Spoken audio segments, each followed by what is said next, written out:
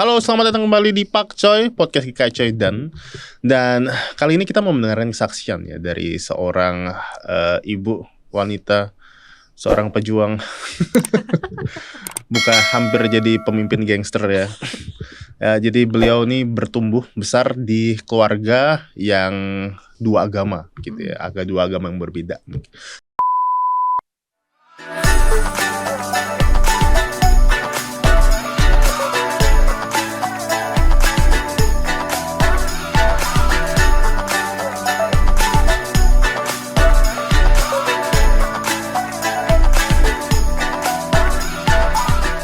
Nah, mungkin dari kalian mungkin punya teman atau bahkan kalian sendiri juga mungkin bisa punya pengalaman juga bertumbuh di keluarga yang beda agama ini. Jadi dan kali ini kita mau dengar kesaksiannya juga dari Kak Pepi ya. Halo Kak Pepi. Halo, Leo. Bertemu kembali biasanya di Iya. Gadis. Sekarang kita mau dengerin kesaksian ya spesifik. Okay. Dan kesaksian dari Kak Pepi perjalanan hidupnya dari kecil bertumbuh sampai apalagi itu bertobat sampai ini juga ya menerima panggilan Tuhan jadi hamba Tuhan dan sekarang di bidang ini ya, jadi pegiat di bidang sosial sekarang ini ya. Oke.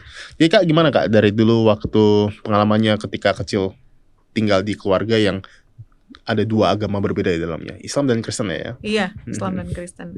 Ya ini kalau bicara tentang pribadi itu udah ini ya, udah jarang ditanyain lagi. Nah, sekarang ini lebih menghidupi apa yang dulu diberi sama Tuhan, ini sekarang lebih dikerjakan.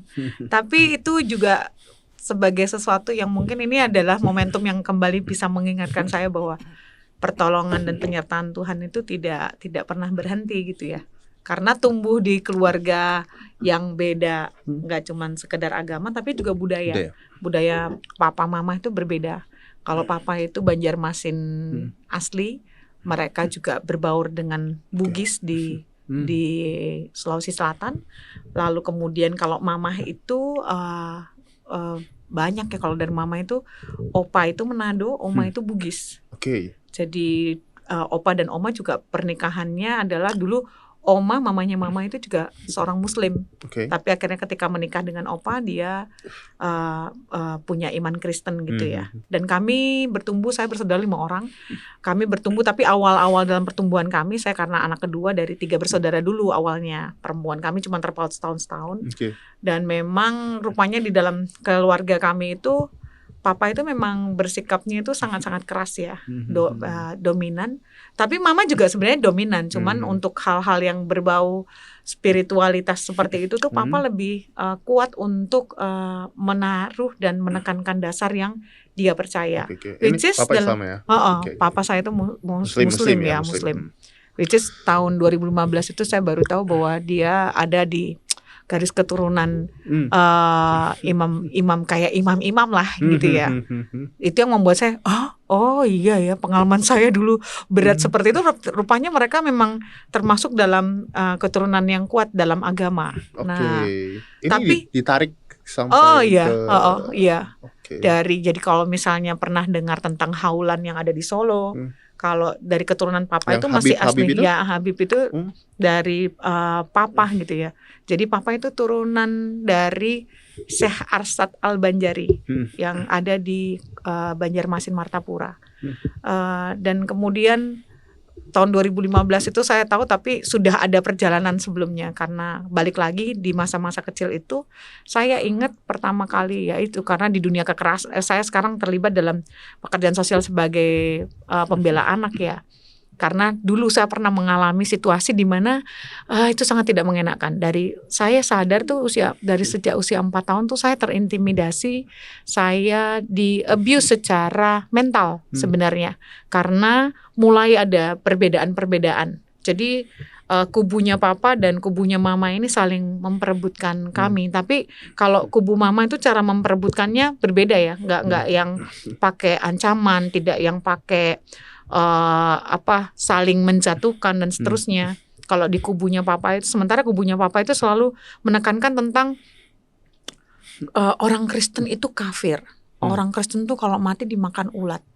Orang Kristen macam-macam itu sudah muncul dari usia saya 4 tahun. Pertama kali saya dapat kekerasan secara fisik itu sudah masuk di usia sekolah sebenarnya, karena ya itu tadi papa mama itu kan aktif bekerja ya, mereka punya kegiatan yang kadang-kadang tuh kita akhirnya kalau pulang sekolah dititipin entah itu ke keluarganya papa atau entah itu ke keluarganya mama. Tapi mostly kita tuh dititipinnya di keluarga papa karena sekolahan kita itu dibuat dekat dengan keluarganya papa.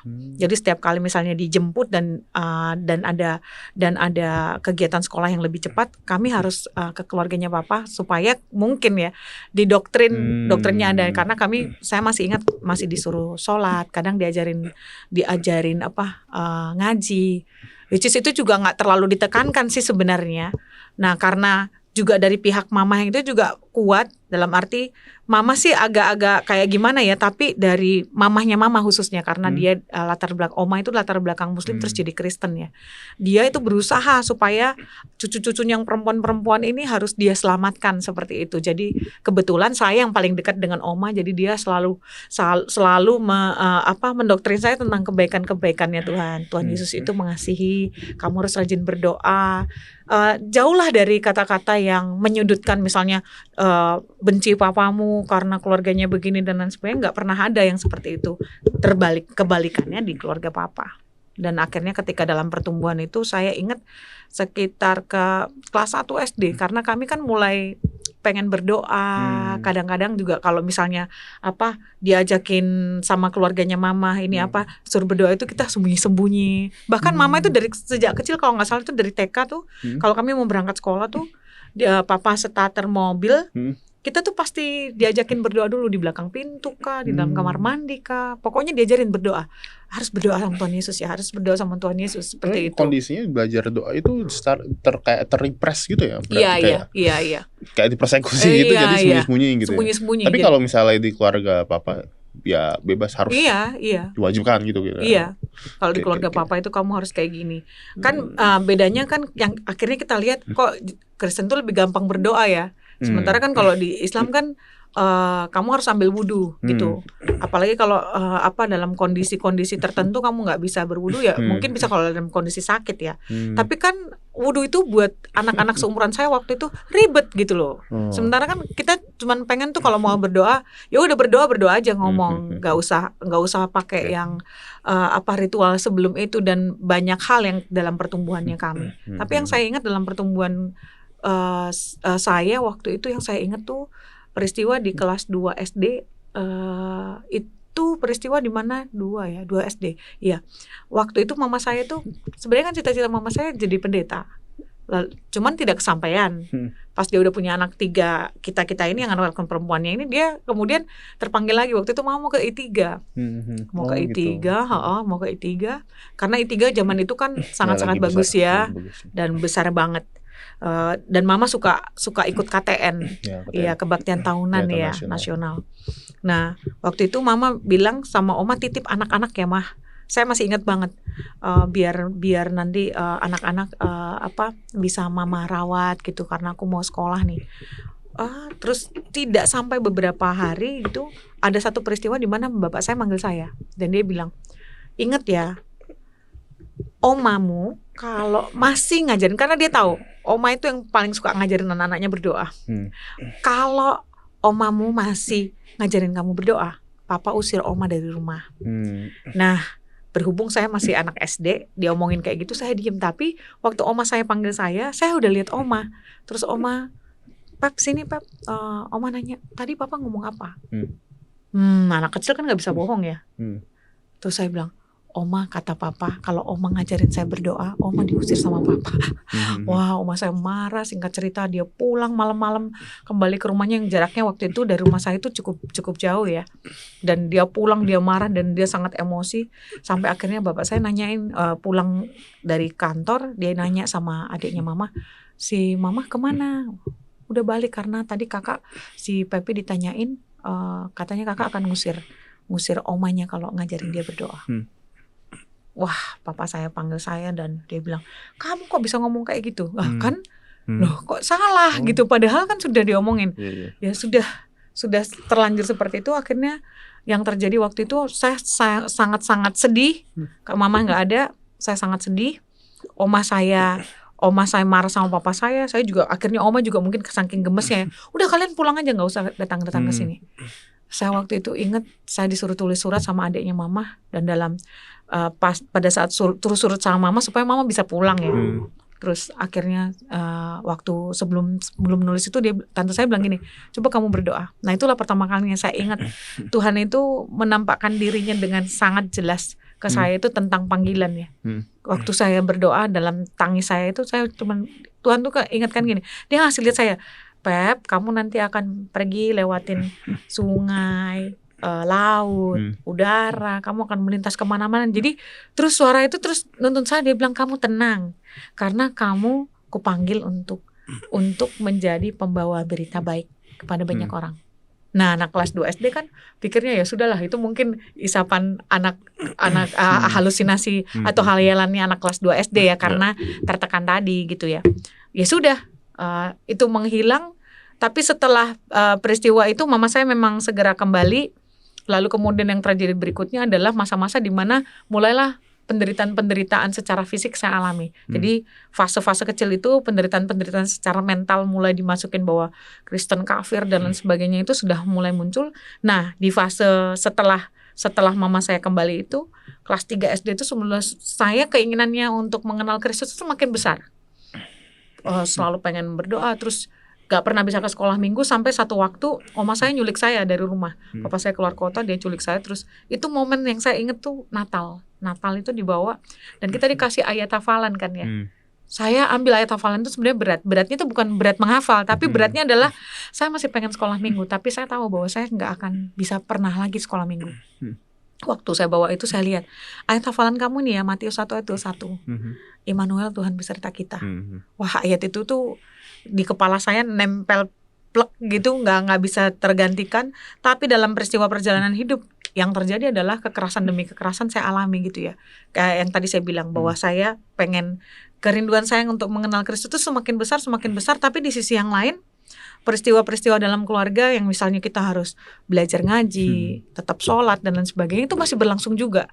Jadi ada momentum-momentum di mana ketika saya dipukul dan dikatakan, kan saya sudah ingatkan sama kamu tidak boleh belajar apapun tentang Kristen, bahkan jadi orang Kristen tuh nggak boleh.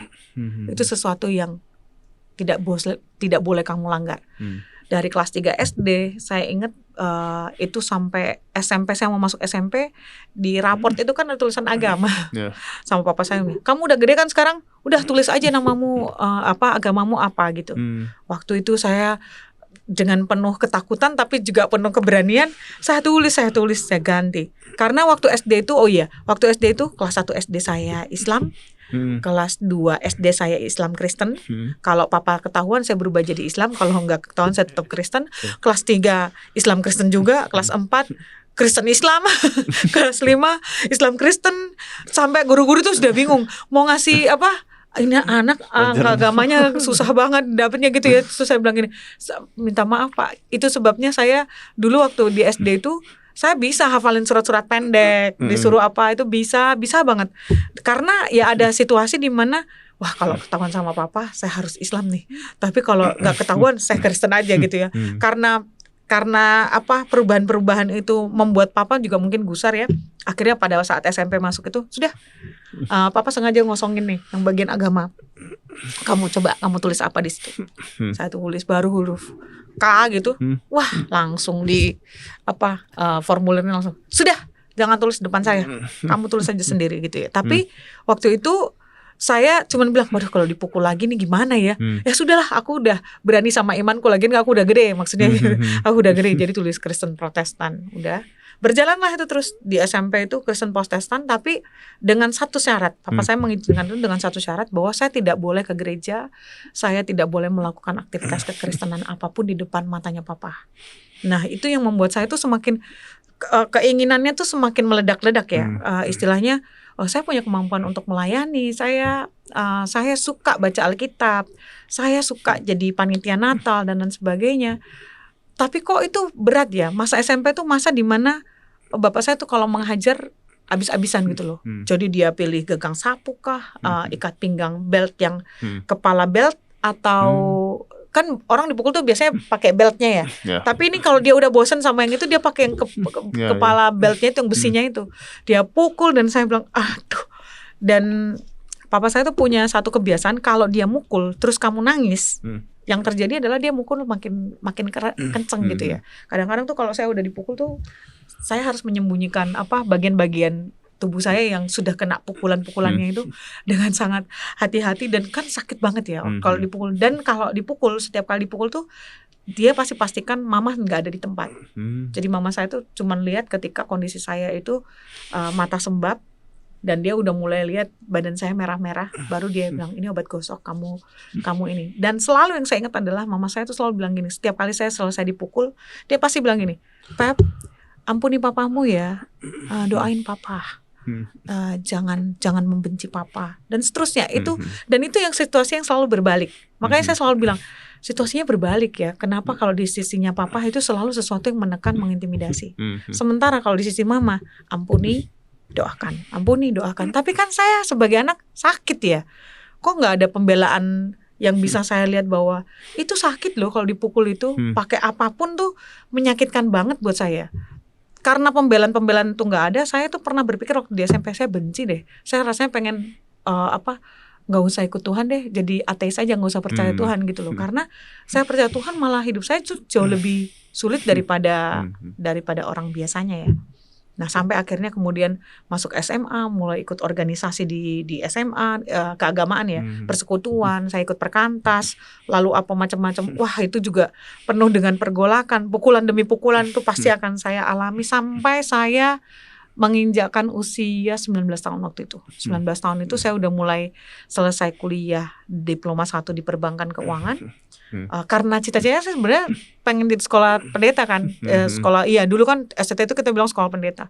Tapi kan belum bisa tercapai nih karena bapak saya masih belum terbuka untuk hal-hal seperti itu. Sampai akhirnya tuh saya akhirnya ya sudah, karena tertunda. Waktu itu saya mau daftar di saat udah tutup. Akhirnya wah kok bisa tertunda ini ya, ini kayak gimana ya. Oke lah, saya jalani lagi. Jadi diploma 1 keuangan perbankan itu, kemudian saya melamar pekerjaan jadi account receivable di sebuah hotel di Kota Makassar waktu itu. Itu pun cuma kerja 18 bulan. Karena setelah itu terjadilah peristiwa besar, di mana itu adalah peristiwa titik terendah sekaligus titik di mana Tuhan menggiring langkah saya jauh lebih naik gitu. Naik dalam arti bahwa janjinya dia penuhi. Karena saya pernah bilang saya pengen sekolah pendeta itu kalau saya didukung oleh papa saya. Tapi kalau papa saya nggak dukung, wah itu sesuatu yang sangat-sangat buat saya jadi beban mental yang tidak pernah selesai gitu ya. Nah akhirnya tibalah di bulan Agustus tahun 99, pecahlah perang antara saya dan papa saya. Karena saya mulai merasa udah besar ya. Saya udah besar, saya seorang pribadi yang sebenarnya sudah punya keputusan untuk diri saya sendiri. Jadi harusnya orang tua tuh udah nggak boleh mengintimidasi saya dengan hal apapun. Saya teringat waktu itu ada konflik antara mama dan papa, sampai akhirnya saya ditelepon sama adik saya yang bungsu. Kak, oh iya kan tadi 3 ya di awal. Saya usia 7 tahun tuh adik laki-laki saya lahir 1, usia 8 tahun adik laki-laki saya yang kedua lahir juga. Jadi kami berlima. Nah kembali ke usia 19 itu adik bungsu saya itu yang kelima, dia nelfon saya di kantor. Waktu itu kakak saya dan adik saya yang nomor 3 itu sedang kuliah di Bandung. Kakak saya di Bandung, adik saya di Jogja. Jadi saya otomatis jadi anak tertua, anak kedua yang jadi anak tertua karena ada 2 adik saya. Dia bilang telepon, Kak ini papa mama berantem nih, mama tadi dipukulin sama papa gini. Wah papa saya tuh dari dulu tuh jarang saya lihat mukul mama ya. Biasanya sih mereka cuma perang mulut atau sesuatu yang pokoknya serba verbal, tidak pernah menyentuh mama. Tapi di masa-masa fase itu tuh papa mulai sering mukul gitu ya. Dan pada waktu adik saya bilang mama dipukul lagi nih sama papa, yang terjadi adalah saya mulai kok bisa. Saya pernah janji kalau saya dipukul nggak apa-apa, tapi kalau dipukul mama saya harus turun tangan nih. Waktu saya pulang, papa saya sebenarnya ngomong baik-baik ya, tapi waktu dia bilang, keluarga ini tidak pernah menghargai saya dan lain sebagainya, wah emosi saya tuh semakin meningkat. Dan lalu kemudian bom waktu yang tersimpan sekian waktu dari kecil itu. Kemudian kayak diulangin kayak nonton slide gitu. Dari usia sekian sampai usia sekian, waktu kamu dipukul pakai apa? Pakai belt, pakai sapu, pakai pernah pakai hanger kayu. Waktu saya sembunyiin alat-alat, rupanya dia tuh udah pokoknya harus mukul aja gitu ya. Dan dilalah kok dapet gitu ya. Semua itu berulang di kepala saya sampai akhirnya saya bilang, wah, saya nggak terima nih. Waktu bapak saya udah mulai keras dan dia mulai menekan saya bilang gini, semua memori yang kembali itu saya salurkan ke pukulan-pukulan saya. Saya pukul bapak saya. Waktu saya pukul bapak saya hajar dia, ini untuk mamahku, yang ini untuk saudara-saudaraku, yang ini untuk aku, yang ini kebebasanku sekian waktu kamu tahan dan lain sebagainya. Karena selain permasalahan agama, kita juga konflik rumah tangga di keluarga kami itu sangat-sangat terlalu drama gitu ya, drama. Pokoknya banyak, bukan cuma hal itu aja. Kalau mau diceritain, mungkin one day saya akan buat satu buku ya, I'm broken but not broken gitu ya. Karena luka-luka yang dimunculkan itu begitu banyak gitu loh, yang diakibatkan oleh kondisi di mana papa saya tuh ngerasa keluarga ini tidak mendukung sehingga dia ada perempuan lain dan lain sebagainya. Itu kan jadi sesuatu yang penghargaan kami terhadap diri sendiri itu merasa kok kita punya orang tua kayak gini ya bisa dibilang bahwa keluarga kami broken home gitu. Kami tumbuh di keluarga yang broken home, yang tidak baik-baik saja, dan itu sangat-sangat membuat apa ada ya sesuatu yang bisa lebih baik. Sampai di titik saya pukul papa saya itu, dan itu terakhir kalinya saya diusir. Saya udah diusir tuh 5 kali. Tapi tahun 99 itu terakhir kali dia ngusir saya, yang kelima kali. Dan akhirnya saya memutuskan untuk berangkat ke Jakarta. Hanya dengan berapa ratus ribu di kantong saya. Dan saya bilang, saya gak mungkin bertahan lama nih, tapi saya harus terus bekerja supaya saya bisa hidup gitu ya. Singkat ceritanya ke Jakarta lah saya, karena diusir sama papa saya. Akhirnya dapat pekerjaan di kantor gereja, jadi sekretaris misi. Nah di masa-masa itu tuh cuman sebulan. Jadi rekonsiliasi kami tuh Tuhan buat tuh begitu indah gitu ya. Akhirnya saya bisa bilang itu indah. Dari permasalahan hidup yang begitu berat menekan, akhirnya dibuat Tuhan tuh jadi sesuatu yang indahnya tuh kayak apa ya. Waktu abis saya pukul bapak saya, sumpahin saya 7 turunan kamu tidak akan selamat, saya coret dari kartu keluarga dan lain sebagainya. Dan dia ngomong ke semua keluarga besar bahwa saya adalah anak perempuan yang durhaka dan lain sebagainya karena saya melawan, bahkan berani mukulin orang tua gitu ya. Dan saya bilang, waktu sebelum saya diusir tuh saya sempat jatuh di kaki bapak saya dan saya bilang, Pak, saya minta maaf. Tuhan gak pernah ngajarin saya untuk melakukan hal ini gitu ya. Waktu saya pukul papa itu saya penuh dengan kemarahan yang luar biasa gitu. Dan waktu itu memang sempat dia mau balas pakai parang ya, dia mau parangin saya udah, wah ini saya pernah ikut karate, tapi karate itu belum pernah ngajarin gimana caranya menangkis benda tajam yang panjang, karena parangnya lumayan panjang gitu ya. Terus saya bilang gini, aduh saya nggak punya kapasitas nih untuk melakukan hal itu. Tapi akhirnya ketika itu mereda, diusir, saya bilang, oke, saya akan jalani hidup saya.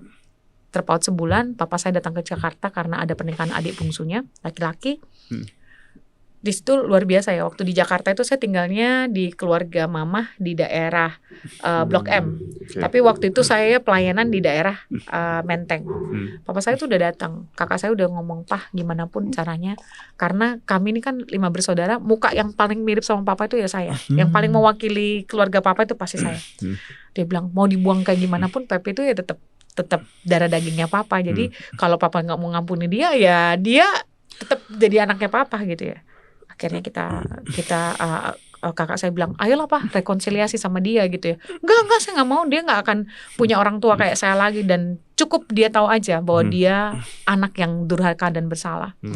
Lalu saya bilang, oke lah kalau memang seperti itu. Tapi kakak saya bilang, jangan berkecil hati, yuk kita pergi ketemuan papa. Papa saya juga dilalai mau datang dan bertemu. Tapi dia dari Jakarta Pusat ya. Nah kita dijanjikan ketemuan di Ciputat, Jakarta Pusat. Saya dari Menteng. Bapak saya itu naik Biang Lala 76 dari Cempaka Putih ke Ciputat. Kalau saya dari Menteng turun di Blok M, terus naik 76 ke Ciputat. Dan ternyata tuh kakak saya waktu kita sudah sampai daerah Fatmawati, Kakak saya bilang gini, lihat tuh siapa yang di belakang supir. Wah, saya kaget. Wah, itu papa saya ya. Itu papa gitu tuh. Terus kakak saya bilang, berarti ini memang dikehendakin Tuhan nih, kita harus ketemu. Cuman karena kita di belakang, papa nggak tahu kan. Sampai akhirnya busnya stop dan kita turun, kita ketemu nih. Pak, ini aku sama Pepi. Dia ngomongnya gini, malam Pak. Jadi bukan bilang papa gitu, malam Pak gitu kayak orang asing gitu. Ya gitu ya, masih kayak gitu. Udah gitu kita sampai di rumah kakaknya mama. Ya disitulah waktu semua orang tidur, yang terjadi pada waktu itu sesuatu yang pernah saya minta sama Tuhan, yang saya udah mulai lupa gitu ya. Apakah bisa terjadi pemulihan antara hubungan saya dengan papa saya itu? Di masa itulah yang saya ingat, itu di bulan September, gak tahu tanggal 13 kali ya, 13 atau 14 saya lupa. Itu papa datang dan ketika semua sudah tidur gitu, dia panggil saya, Pep sini. Lalu dia duduk samping saya. Saya udah siap-siap, saya akan minta maaf lagi sama papa karena saya melakukan sesuatu yang menyakiti dia gitu ya. Terus papa saya tuh tiba-tiba tuh tarik pundak saya dan dia pegang rambut saya, waktu itu masih panjang. Dia elus ke rambut saya dan dia bilang, Pep, papa minta maaf. Wah, itu kata-kata yang, kalimat yang tidak pernah dia ucapkan kepada siapapun, baik kepada istri ataupun anak-anaknya. Waktu itu usiaku udah masuk 19 tahun, hampir 20 tahun itu. Waktu dia ngomong kayak gitu, rasanya tuh semua pukulan yang dulu saya dapat, intimidasinya papa dan lain sebagainya itu kemudian kayak cair secair-cairnya. Dan saya bilang, ya Tuhan, ini kok terjadi gitu ya. Saya nggak pernah minta, saya cuma bilang sama Tuhan, saya cuma minta satu, hubungan saya sama papa pulih. Tapi ternyata di hari itu papa itu bisa bilang, satu, saya sorry. Saya pikir berhenti di saya sorry ya. Yang kedua, dia bilang gini sama saya, kamu kan pengen sekolah pendeta, papa izinkan kamu. Sekolah itu untuk membuatmu menjadi seorang pemimpin agama yang bisa menolong orang banyak. Wah, satu aja aku udah berdebar-debar. Yang kedua tuh sudah sesuatu yang, wah ini berarti gerbangku terbuka lebar. Yang selama ini aku tahu bahwa itu temboknya tebel banget dan tidak akan mungkin bisa dibuka oleh siapapun. Ternyata itu dibuka dengan sedemikian rupa, kok smooth banget gitu ya. Lalu kemudian gak berhenti di hal yang kedua. Yang ketiga, dia bilang lagi, kalau kamu mau sekolah teologi, dia bilang gitu, sekolah pendeta itu, jangan minta duit ke siapapun. Saya akan bayar uang kuliahmu sampai terakhir. Wow, itu yang namanya, aku bilang, wah, well God, ini kalau bukan siapa saya gitu ya. Saya cuma bilang waktu itu adalah, ya ampun, doa yang sekian waktu ini saya pikir itu tidak akan pernah mungkin terjadi. Buat Tuhan itu hal yang sangat mudah dia lakukan ketika ya kamu berserah aja dan lakukan apa yang jadi kehendakku. Waktu itu yang terpatri di kepala saya itu seperti itu. Dan saya sangat bahagia dan saya bilang, ya ampun Tuhan, sekian waktu ini dengan kemarahan saya, dengan luka-luka batin yang saya dapat dari papa itu, ketika situasi itu terjadi, itu menghapus segala sesuatu keraguan saya bahwa oke Tuhan, ini caranya Tuhan buat aku gitu ya. Dan itulah yang membuat aku pada akhirnya ketika di tahun 99 itu 2000 aku masih pelayanan karena harus dapat surat rekomendasi untuk masuk sekolah teologi. 2001 bulan Januari aku dapat informasi dari sekolah STT Bandung bahwa kamu diterima untuk mengikuti perkuliahan di STT itu di bulan Juli ya. Dan itulah saat-saat dimana aku bilang, wah, kayaknya Tuhan tuh buat manusia mungkin tuh tidak mungkin ya, tapi buat Tuhan itu sesuatu yang aku kan udah janji sama kamu dan janjiku kutepatin. Dan yang begitu luar biasa adalah proses-proses itu yang membuat saya tuh semakin terkagum-kagum. Ternyata dia pribadi yang tidak diam, tidak buta, dan dia tahu gitu loh apa yang saya rasakan di dalam diri saya kayak gitu. Jadi memang dalam perjalanan tuh sudah punya keraguan, jatuh bangun, benar nggak sih, jangan-jangan keinginan untuk sekolah teologi itu cuman sesuatu dorongan yang karena kebencian gitu ya, karena kemarahan. Siapa suruh kamu dulu mukulin saya, jadi saya mau balas dendam dengan cara yang kayak gitu. Ternyata bukan seperti itu. Itu memang murni saya semakin hari semakin dikuatkan. Saya ingat ada satu peristiwa sebenarnya kenapa saya memilih Yesus. Ini bagian krusial ya. Saya pernah buat timeline diri saya tuh. Saya ingat kenapa saya milih. Saya kelas berapa itu? Kelas 1 SD, umur 6 atau 7 tahun ya. Sebelum peristiwa saya dikasih visi itu. Saya tuh saya nanya sama nenek saya bilang gini, Nek, kalau orang mau masuk surga kayak gimana sih? Ya, saya nanya itu karena kan itu yang selalu ditanya di dalam sebuah kepercayaan tuh selalu dipertanyakan ya. Gimana caranya? Oke Cu, kalau kamu mau masuk surga, kamu harus melakukan ibadah dengan baik, taat, sholat 5 waktu, lalu beramal. Oke, kalau saya melakukan semuanya itu, terus gimana Nek? Ya nanti di akhirat, kalau amal ibadahmu lebih banyak, lebih besar, itu artinya dosamu kan dikit tuh, amal ibadahmu bisa membayar dosamu ini. Oh berarti saya udah bisa masuk surga Nek?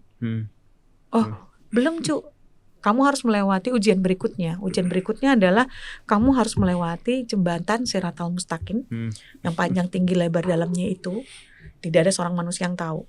Dan kamu harus melewatinya untuk menuju ke surga itu. Kamu harus melewatinya melalui sehelai rambut dibelah 7. Jadi menyeberangi jurang maut itu dipakein bukan jembatan ya, tapi sehelai rambut dibelah 7. Kebetulan waktu itu rambut saya rada panjang dan rada tebal perhelainya. Saya bilang dibelah 7 gak mungkin bisa. Saya pulang ke rumah, saya ikat tali rafia dari satu kursi makan ke sini, jaraknya gak terlalu jauh. Dan saya mulai berdiri di ujungnya ini dan kemudian saya bilang gini, kalau saya melangkah pakai tali rafia ini, bisa gak dia nahan? Waktu itu saya bayangin kan rambut saya kan dibelah 7 kan lebih tipis daripada tali rafia ya. Itu aja gak akan kuat kok. Dan fix waktu itu yang menjadi kekuatan saya untuk berpegang kepada Kristus, sekalipun pengajarannya belum sampai benar-benar dalam ya. Tapi saya bilang gak mungkin lah, gak mungkin. Saya gak mungkin bisa masuk surga. Gak mungkin saya bisa masuk surga. Dan itu menjadi sesuatu yang tertanam di kepala saya. Apapun kebaikan yang saya lakukan di dalam dunia ini tidak akan pernah cukup untuk membuat saya masuk ke dalam surga selain kalau punya Yesus. Itu yang membuat saya bertahan di segala musim kehidupan yang hampir membuat iman saya hilang kepada Yesus itu, tapi kemudian dikembalikan dan dipulihkan lagi, yaitu karena hal-hal yang ditaruhnya di dalam diri saya. Oh iya ya, ternyata bisa bertahan itu bukan sesuatu yang mudah, karena kan dari kubu keluarga Papa itu masih terus melakukan banyak hal gitu ya. Papa sendiri pun akan terus-menerus bilang itu tidak baik dan lain sebagainya. Kamu nggak boleh A, nggak boleh B, C sampai Z, nggak bisa kayak gitu dan lain sebagainya.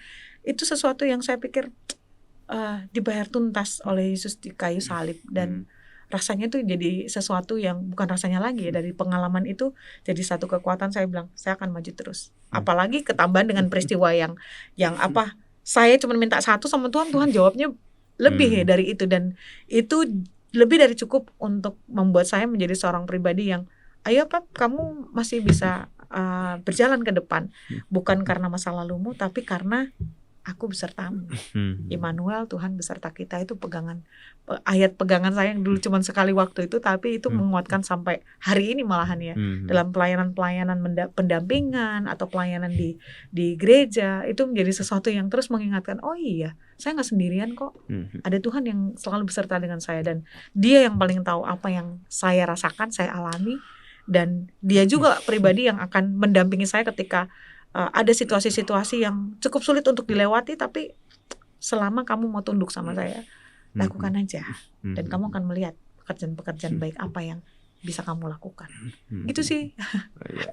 Terus kalau Bapak gimana? Ini ya, setelah yang rekonsiliasi kami ya, Papa itu jauh lebih menerima. Lalu kemudian dia juga jadi orang yang setiap kali misalnya saya liburan kembali ke kampung halaman saya tuh, dia pasti bilang gini sama teman, ini loh anak saya yang pendeta. Padahal kan belum pendeta ya. Cuman dia bilang, ini loh anak saya yang pendeta, dan dia tidak lagi menjadi orang yang yang memaksakan kehendaknya, kamu kudu begini. Bahkan merasa bahwa kamu tidak ada efeknya dan lain sebagainya. Justru dia bersyukur. Bahkan di masa-masa terakhir sebelum dia dipanggil Tuhan gitu ya. Itu masa-masa dimana dia mulai mengatakan, andai saya dulu tidak sekejam itu kepada kamu, saya yakin kamu juga pasti ngikut saya gitu. Tapi saya bilang sama papa saya gini, Pak, gak ada hal yang tidak bisa jadi sesuatu yang baik di tangan Tuhan. Tuhan tuh sudah punya rencana dalam banyak hal. Cuman kadang-kadang kita gak bisa ngelihat aja apa yang terbaik.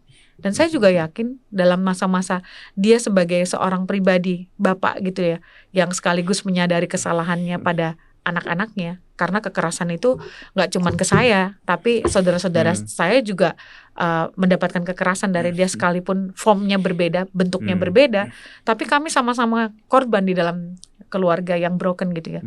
Tapi saya ngelihat bahwa ketika Tuhan membalikkan situasinya dari situasi yang ini menekan berat dan lain sebagainya, itu dibalikkan Tuhan ke situasi di mana kita diterima, kita dihargai, kita masih terhubung, dan kita juga masih jadi pribadi-pribadi yang tetap sama-sama. Kamu oke, kamu seperti itu, kami ya seperti ini. Jadi tidak ada lagi halangan-halangan, batasan-batasan di antara kami selain ya memang kita ini sama-sama keluarga. Kita harusnya saling mendukung seperti itu. Jadi papa itu mulai jadi pribadi yang sejak mengizinkan. Jadi pintu ketika saya diizinkan itu, pintu ke kakak saya, adik-adik saya juga terbuka. Pada akhirnya seperti itu. Terus kakak adik semuanya di Makassar semua? Enggak, kakak saya yang tertua ada di Makassar, yang nomor 3 sekarang tadinya di Bogor, sekarang ada di Jogja, nomor 4 dan nomor 5 ada di Bogor. Papa mama saya juga meninggalnya di Bogor pada gitu. iya. Jadi papa itu pas Omikron ya, pas COVID Omikron. Tapi sebenarnya dia bukan meninggal karena Omikron sih, meninggalnya itu karena salah dikasih dosis obat ya. Wah. Jadi nyerang jantung. Emang sakit apa sebelumnya? Diabetes ya, papa diabetes. Dan ada tekanan darah tinggi dikit sih. Nah itu yang buat ini. Tapi kakak adik semua ini milih Kristen? Ya, kami semua puji Tuhan di dalam terang Kristus ya. Sama-sama ngalamin. Kalau adik bungsu saya itu dulu dia katam baca Al-Quran itu 4 kali ya, hampir masuk madrasah. Yang nomor 4 juga semua kita tuh mengalami 2 didikan kok. Jadi nggak ada yang istilahnya aku nggak ngalamin yang ini. Kami bertiga yang cewek-cewek ini ya kita dulu punya mukena, kita sholat bareng gitu ya. Tapi semuanya mengalami juga ya. Mengalami. Tapi tidak seperti saya pengalaman yang lebih saya kalau saya lebih intens. Kenapa? Karena saya anak yang diproyeksi untuk nerusin garis keturunan keluarganya, gitu. Papa. Jadi kalau yang lain-lain itu nggak istilahnya nggak terlalu diproyeksikan. Tapi kalau saya itu memang diproyeksikan untuk meneruskan garis keturunan keluarga papa. Nah itu yang membuat tekanannya ke saya lebih besar daripada yang ke yang lain ya. Tapi waktu pernikahan itu ada nggak perjanjian sebelumnya sama bapak sama ibu itu kayak perjanjian nanti anak yang pertama ini ya, anak kedua nanti ikut saya gitu, ada nggak? Nggak ada sih. Perjanjiannya cuma satu, bahwa mama saya itu akan tetap Kristen. Sebenarnya papa itu minta anak-anak semuanya ikut itu ya. Tapi sebenarnya pernikahan, nah ini lagi kalau singgung tentang pernikahan, sebenarnya pernikahan papa mama saya bukan pernikahan yang benar-benar saling suka gitu loh. Tapi lebih ke arah memaksa. Nah, jadi ada unsur maksa dan memang ketegangan yang terjadi di keluarga besarnya papa dan juga keluarga besarnya mama ya. Dan itu menjadi sebenarnya tidak ya yang pasti sih mama itu diperkirakan bisa ngikut papa. Tapi enggak, karena memang mereka, jadi mama ini menurut mama ya. Mama saya juga udah almarhum sih waktu dia cerita bahwa tidak pernah terjadi persetujuan saya menikah dengan papamu. Cuman karena keluarga besar sudah bilang ini waktunya untuk kamu kalau nggak menikah mempermalukan keluarga dan seterusnya. Itu yang membuat akhirnya pernikahan itu harus dijadikan karena undangannya udah disebarin gitu ya. Padahal mama saya waktu itu kondisinya kalau nggak salah mama tuh bilang dia masih bekerja di kota Surabaya. Cuman karena opa oma udah oke, ya sudah. Nah ini juga ada campur tangan kuasa-kuasa lain sih dalam arti pernah tuh usia berapa ya? saya tuh pernah diomongin, ada yang dilakukan oleh papamu untuk mendapatkan mamahmu gitu. Ya. Tapi itu dari keluarga papa ya yang ngomong ke saya waktu itu. Kita juga masih kecil gitu ya, diomongin kayak gitu kan kita masih belum paham ya. Tapi memang ada konflik yang cukup besar yang mengawali tumbuhnya kami dalam keluarga yang broken ini.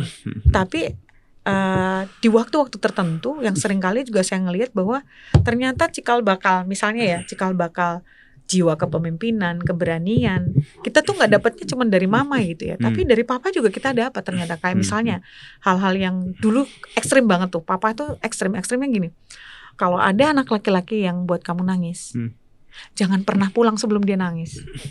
Jadi kalau anak perempuan kan suruh kasih nangis anak laki-laki, coba gimana? Kan lumayan effort ya. Anak cowok kan susah nangis. Kok kita disuruh anak laki-laki disuruh nangis? Apalagi saya waktu itu saya bilang, aduh Pak, janganlah. Nggak bisa. Kamu buat dia nangis dulu baru kamu pulang ke rumah. Akhirnya saya dibantu kakak saya sama adik saya. Yuk kita bikin jebakan Batman untuk anak cowok itu, anak komplek gitu ya. Dia naik sepeda terus saya bilang, berhenti. Kakak saya udah dari pinggir sebelah kiri, adik saya dari sebelah kanan. Wah itu kita jotosin gitu, aku nggak mau jotosin tapi aku bilang, jangan melarikan diri ya, kamu sini balik. Maksudnya juga mungkin biar kamu ngerasain nih, kan kita bantuin kamu supaya kamu bisa pulang, karena papa bilang jangan pulang sebelum anak laki-laki itu nangis gitu. Jadi pulang ke rumah terus dengan wajah yang senang, udah berhasil anak laki-laki, gimana? Udah nangis ya? Iya Pak, udah nangis kayak gitu ya. Jadi situasi-situasi itu yang kadang-kadang aku pikir, iya ya, dari hal yang buruk ini kok bisa jadi sesuatu hal-hal yang baik ya. Itu yang aku selalu ingat, Roma 8:28 gitu ya. Nah di situasi-situasi itulah yang kayaknya secara manusia tuh apa bisa jadi baik ya. Itu pun kita dulu juga banyak berpikir, kok kita semua bisa percaya sama Tuhan Yesus ya, kok kita nggak pindah ke lain hati ya, maksudnya gitu. Kok kita menguat di dalam Kristus gitu loh. Karena memang pengalaman pribadi kami dalam keluarga kami tuh kayak Tuhan memang ngasih lihat bahwa bukan aku membentuk kamu bukan di suasana yang baik-baik saja, tapi justru suasana itu akan menolongmu untuk bertumbuh jadi pribadi yang ketika kamu milih, sekali kamu milih ya udah itu aja yang kamu pegang, apapun yang terjadi. Kristus tetap Kristus. Kristus tetap juru selamat, Kristus tetap pribadi yang paling bisa dipegang janjinya, kayak gitu. Jadi ada hal baik yang keluar meskipun dari hal yang tidak ideal ya, kelihatan kayak nggak ideal nih, ternyata bisa jadi hal yang baik gitu ya. Luar biasa. Oke, mungkin KPP mungkin ada pesan untuk teman-teman yang ada di rumah. Pesan saya sih, kalau dalam ada situasi-situasi tertentu, teman-teman mungkin punya pengalaman pribadi tersendiri ya, yang sampai hari ini menguatkan saya sebenarnya adalah ketika kamu diizinkan Tuhan mengenal Kristus, itu bukan karena effortmu sebenarnya, tapi karena dia udah milih. Kalau dia udah sekali milih, apapun yang terjadi, dia akan terus beserta dan membuat kamu akan semakin bisa melihat rencana-rencananya dengan pasti dan jelas. Asal kita memang berkomitmen ya untuk Tuhan, ini ada situasi. Kalau ada situasi yang sulit, akuin bahwa memang itu sulit. Tanpa Tuhan kita nggak bisa. Kalau ada situasi yang kamu lewatin dan itu baik, bahwa itu tidak akan seterusnya baik, juga terimalah itu sebagai bagian dari pembentukan yang Tuhan izinkan terjadi dalam kehidupan setiap kita. Yang pasti sampai hari ini saya masih memegang bahwa kita ini buatan tangan Allah, diciptakan untuk melakukan pekerjaan baik dan Dia mau kita hidup dalamnya. Dan polanya itu didapatkan dari siapa? Kristus sebagai role modelnya kita. Jadi berpegang teguh kepada Kristus, hidupilah kebenaran firman yang dinyatakan oleh Allah sendiri, dan itu yang akan terus menguatkan kita dalam segala hal. Jadi terus bersandar pada Dia. Oke, siap. Oke, terima kasih KPP untuk kesaksiannya, sudah memberkati kita semuanya. Dan juga terima kasih untuk setiap penonton yang sudah nonton sampai selesai. Jangan lupa cek juga channel Coy dan Digital Ministry, masih banyak juga podcast lainnya yang juga memberkati dan juga menginspirasi kita semua. Oke, kalau gitu saya Regi Leo undur diri, sampai jumpa di podcast yang selanjutnya. Bye bye.